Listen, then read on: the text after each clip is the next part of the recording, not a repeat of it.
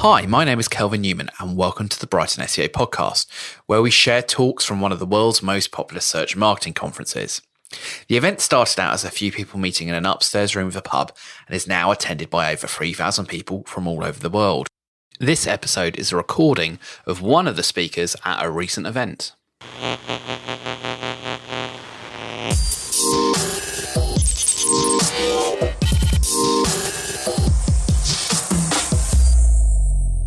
And next up, we have Andy, who's going to talk about 7 ways you can get started with digital marketing.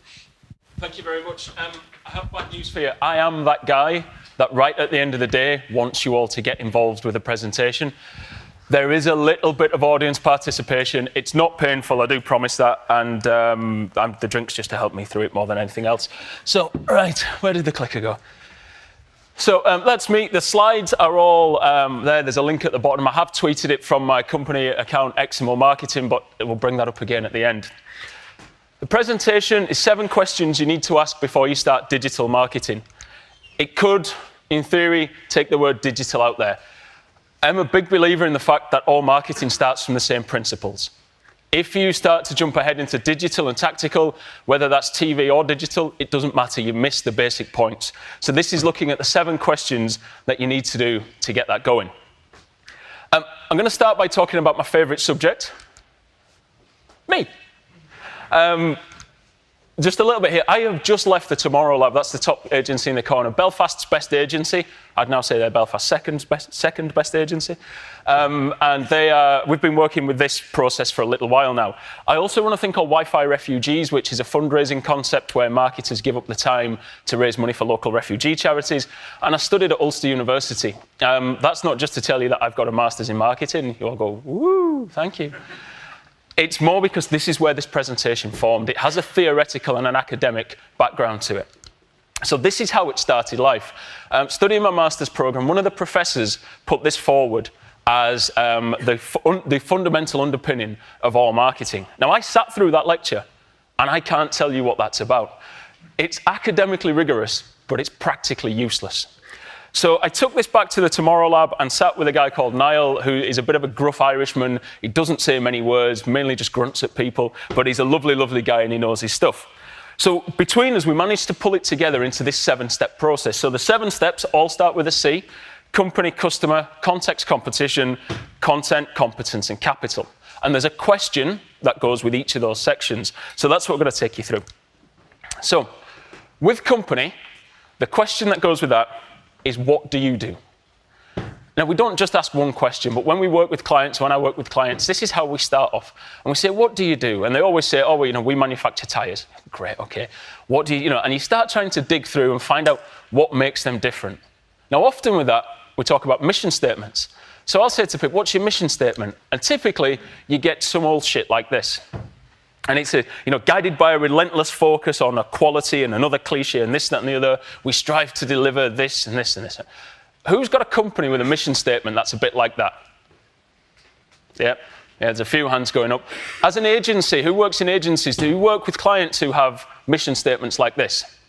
Now, I have a problem with these. First of all, I think they're drivel.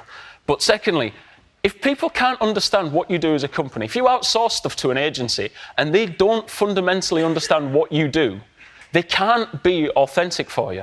If you're doing it in-house and not everybody in your company understands what you do, they can't be authentic when they're talking on social media. So the Tomorrow Lab, we used to have one like this, and we got it down to something that said, connecting business to consumers online. And people say, oh, that's a bit of a strapline, isn't it? And I don't think there's a huge difference. Maybe a strapline or a marketing line that you're using in advertising maybe has a bit of a time span to it. But if you can get it down to a small line that people can remember, they can use it. And if they can remember it, it'll stick with them. If it sticks with them, they'll use it. For Eximo, I've spent a little bit of time working on this, and I've got it down to success starts with strategy. Or I like TED, ideas worth sharing. Now, you don't have to get it down to 3. It might be a sentence, it might be a bit longer, but it has to be something people can remember. So really fundamentally, you have to understand what you can do and what makes you different. The next one, it's customer. The question for customer is fairly simple. Who are your customers? You've probably all sat and thought about this for a while. When you're talking to clients, does anybody want to guess what the most popular answer is when I say this to people? Who are your customers? Everybody. Yay! There you go. And you're like, oh, God, no! Makes me feel like violence, right? So everybody comes out. And I then show them this slide. This is a picture from the Kumbh Mela in India. It's the largest peacetime gathering of people in history. 120 million people come to one place over a 2-week period. On the busiest day, the holiest day, 30 million people come on one day. So if everybody buys your stuff, go and get a stall here at the Kumbh Mela and sell it all. And when you've finished, you can piss off, buy an island and go and retire, right? Not everybody buys your product. The general public does not exist. It's a complete fallacy. It's not a thing that actually exists. So what we talk about is creating marketing personas. A lot of you here, there's been mentioned in other talks today that I've heard. A lot of you have probably already been through this, so I'm not going to spend a massive amount of time here. This is one from Trustpilot, which I really, really like. They've broken it down into lots of different bits. How John is measured, so they've given him a name, which is really important. How John's measured. What other job titles he might have? He's a marketing exec, but a marketing exec in some company is the director of global recruitment in other companies or whatever that is. So what are the other titles there? What is he interested in? What blog posts do they have that they could share? What does he value? These are really, really good. But do you know what makes them better than just good? I was talking to the strategy director from very.co.uk, and his view was that the difference between a good or a bad strategy wasn't the smart people writing it, wasn't anything to do with the finding that little niche that your competitor had or competitor didn't have. His view was that getting people to buy into it so they implemented it properly was the difference between a good and a bad strategy. You go into Trustpilot's offices, and this is what you see. Cardboard cutouts that are about 6 feet tall of different personas. This one, I don't think you can see, is by the water machine. They're dotted in different places around. So if you're a Trustpilot member of staff, you walk around, wherever you are, you're getting that reinforcement. If you can remember what your company ethos is and how you do it, and you can remember who you're doing it for, that's a great foundation, and you're halfway there to having a good marketing strategy in place. Next up is context and competition, and I put the two of them together because they're a bit like brother and sister. They wear, well, two brothers maybe. They wear the same clothes, they walk down the same streets together, but they are a little bit different. Context is about how's it done in your industry. Competition is who has your money. You'll note the competition question isn't who are your competitors, because if you ask that, you often hear people say, we don't really have competitors. Our clique is different to everybody else's, so nobody cares. It's not the case. So we ask who has your money. Accept that if you're in a charity, cash might not be the main driver, but for a lot of people, it's all about money. So we say, right, okay, who has your money? So this is the audience participation bit. I have got prizes for the winners, okay? So I need everybody to stand up. I'm sorry if you've got laptops, I need you all on your feet, okay? Right. I don't know if any of you have played heads and tails before. I'm going to give you a number. So in this instance, I'm going to ask you how many tweets per second are sent globally. So if you think it's more than 10,000, you put your hands on your head. If you think it's less than 10,000, you put your hands on your tail. You can guess where that is. So, right, is there more or less than 10,000 tweets per second sent globally? Everyone got a head or a tail? Right, if you've got your hands on your head, sit down. You're out. So, now, these aren't mine. I haven't been sat counting tweets. Don't sit down. You stand back up again. I saw you sitting down because you thought everybody else was. Right, I haven't been through counting all the tweets. I got these from Internet Live Stats, so if they're wrong, go and argue with them, not me. So we're down to a few. Right, YouTube.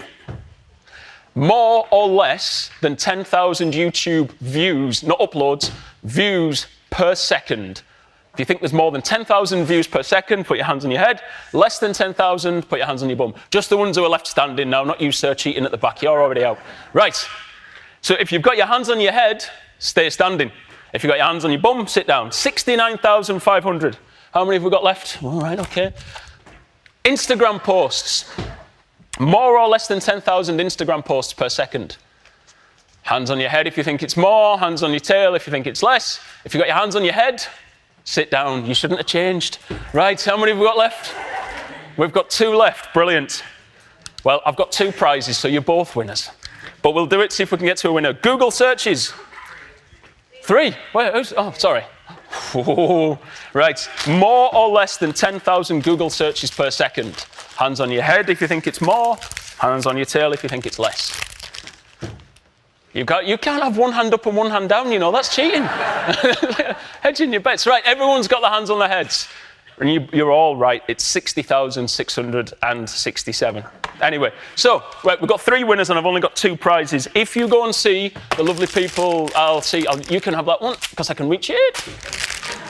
I'll get something for you later on. I'm going to see if you sat between me and this lady here, be careful. Oh! That's the beer, sorry. Right. You can all sit down now. Right. The reason I tell you this isn't just to have you all standing up so you don't fall asleep. It's not just to tell you this to show you that I can use internet live stats. It's to tell you that the internet is full of shit. That is the basic point, right? If you're creating content and putting it online and going, this is brilliant, I spent 45 minutes writing this blog after somebody had done some keyword research, you're just pushing more and more shit online. And how are you going to stand out from the crowd if that's all you do? I'm going to show you some examples here. Right? There's a lot of people in here have bought a house at some point in their life, generally. Yeah, so a lot of homeowners in, so a lot of you have been first-time buyers. I've been a first-time buyer. Does anybody know what a first-time buyer looks like?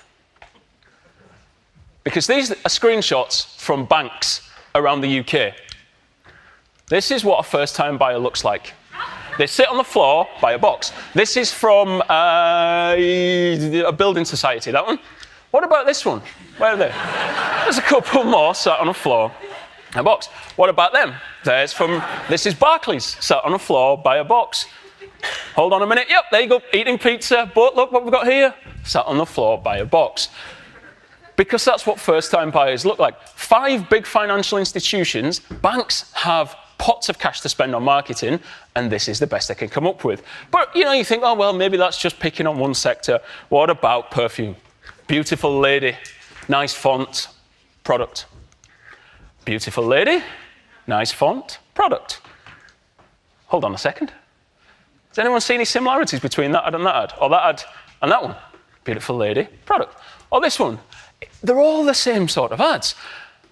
But it's not just them either. The car industry. Here's a Volvo. Did you know that this Volvo drives uphill away from a rugged scene? What about the Aston Martin that drives uphill away from a rugged scene? Or the BMW that drives uphill away from a rugged scene? Now, this one's different. This is Porsche. This is parked uphill facing the rugged scene, so very different. Now, if anyone has one of these Citroen hateful things, please leave now, because you've clearly got no taste. But what you might be able to just see in the background is it's pointing uphill away from a rugged scene. And honestly, this could be the whole presentation. I could go on all night. Last one's estate agents. I looked at estate agents' websites in Newcastle, Liverpool, Belfast, and Brighton, actually. Find your perfect home this summer. Find your perfect home. Your perfect home. Hold on, we've got something different coming. Let us find your dream home. Now, there are reasons why certain industries do things in a certain way. That, you have to abide by some conventions. If you build a car and you don't put any pedals in, will people know how to drive it? So there are certain conventions you have to abide by. But what happens is, when people look for agencies or when you're recruiting staff, one of the lines that always seems to be in job descriptions is, must have X number of years experience in a state agency. Must have X number of years in financial services sector marketing. Now, the reason you do that is because, look, financial services, if you get it wrong, the fines are ridiculous.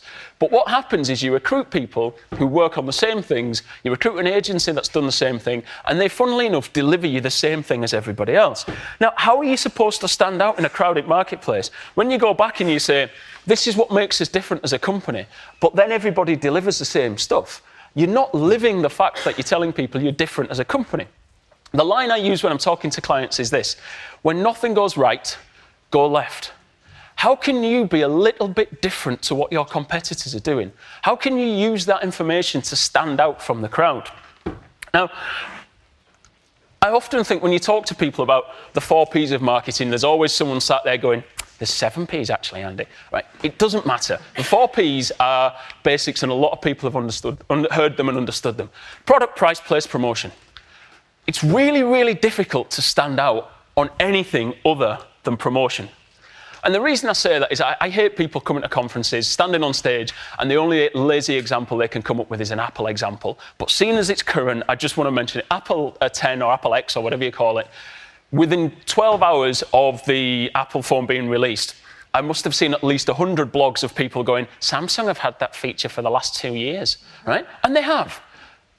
The product is exactly the same. In fact, it's probably not as good as the Samsung product, and the customers don't care. The reason they don't care is because promotion is the only real place you can stand out. If you want to find a competitive advantage, promoting yourself in a way that is unique to you is the way to stand out. I saw an entrepreneur who's built a multi-million-pound company. He used a beautiful line for this. He said, the only thing they can't copy is your story. If you want to stand out, you have to be able to use your story to stand out. I like to put it in a different way. This was a bit of an unfortunate wedding incident that happened to me a few years ago.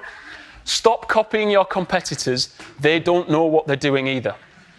If all you do is go and have a look, and when you start doing competitor analysis, you look at their social media, you maybe even see what they're doing, you look at what events they're running, and then someone sits there and goes, we need to do that. Why?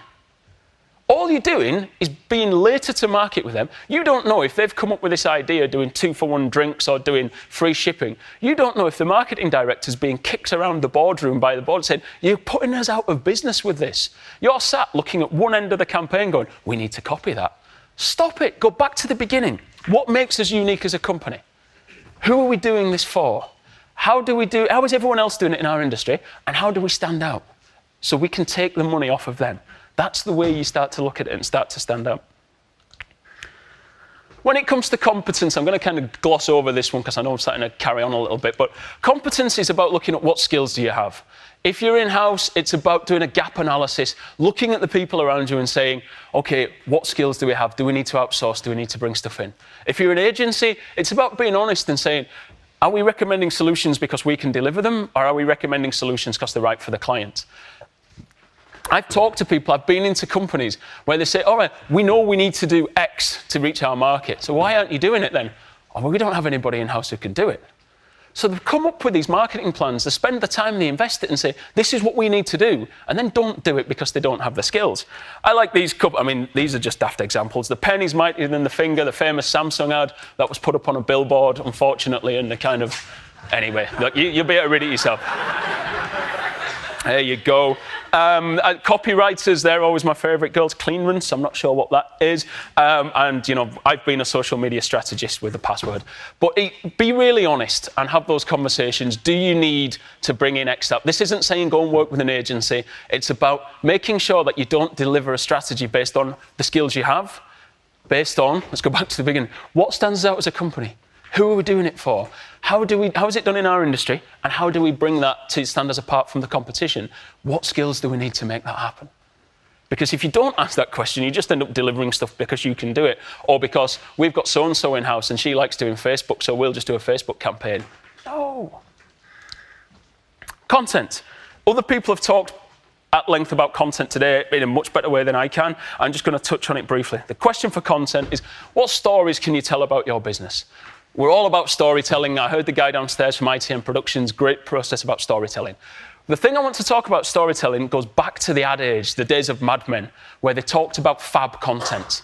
And that's not being fab and groovy and back to the 70s. It stands for features, advantages, and benefits. And I'll just give you a brief example of how you use that. So often we're obsessed with talking about features, and you talk to especially entrepreneurs or people who bring up their own companies, they love talking about the features of what they've done. I'll give you an example of a Hoover. Say, we've got 400 watts of suction power, and you see that on the ads, and you see it on the social, and you see it everywhere. But if somebody releases a Hoover that's got 500 watts of suction power, our brains are hardwired to think that 500 watts is better than 400 watts, so we buy 500 watts. And we don't really know why. But if you then say, right, okay, that's a feature. What's the advantage of 400 watts? I say, well, actually, the advantage of having 400 watts of suction is that it pulls all the allergens out of the carpet. And if it sucks all the allergens out of the carpet, that's actually better for you. Okay. Well, what's the benefit of that? All right, well, the benefit of that is actually that it's going to be healthier. You're going to live in a healthier house for your children. Less chance of infection, less chance of them getting unwell. And you go, all right, okay. So you've got your feature, you've got your advantage, and you've got your benefit. But then the key thing is you tell the story the other way around. Benefits, advantages, features. So you start off with your advertising, whether it's blogs, whether it's social copy, whatever you're doing, start off with it that way. Have healthier children, have a healthier home for your children, making sure you suck all the allergens out of the carpet with our brand new 400-watt suction hoover. That type of messaging is much stronger. It hits the brain in a different way. It tackles it at an emotional level. It hits it, benefits, advantages, features, and it really gives your content a lot more punch. So have a look at them. Just very briefly, sorry. The other way you can stand out is by having a look at what matters to your customers.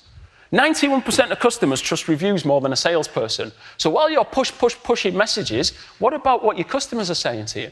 Remember we were showing you examples earlier about how estate agents are awful at marketing. The guys from Purple Bricks, getting our customers to speak about our brand on a third-party platform is more valuable than us trying to say it ourselves. Now have a look at how Purple Bricks then, that's their website. No talk of dream homes here, different process, standing out, being different. Then that rolls across onto their social media. And you can see they've got the Trustpilot things right in the middle of it there. And you know, it just has a different feel to it. They use promotion to stand out from everybody else in the market. So, on to the last bit before I get pulled off stage. Capital. What is it worth to your business? The thing that makes me want to pull the hair out of most digital marketers is when you talk to them and they seem to say, well, this campaign worked really well. Well, why did it work really well? We got the cost per click down. Right? Who gives a shit? Or, you know, we drove click-through rate up. I don't care.